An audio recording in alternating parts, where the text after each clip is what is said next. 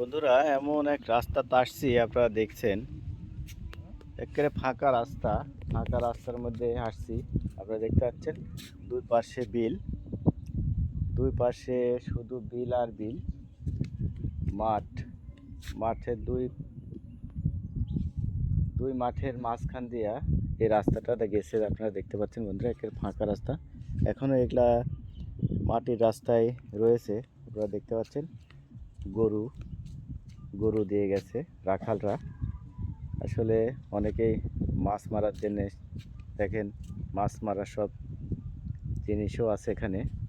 তাল গাছ দেখতে পাচ্ছেন আপনারা বন্ধুরা। আসলে এত সুন্দর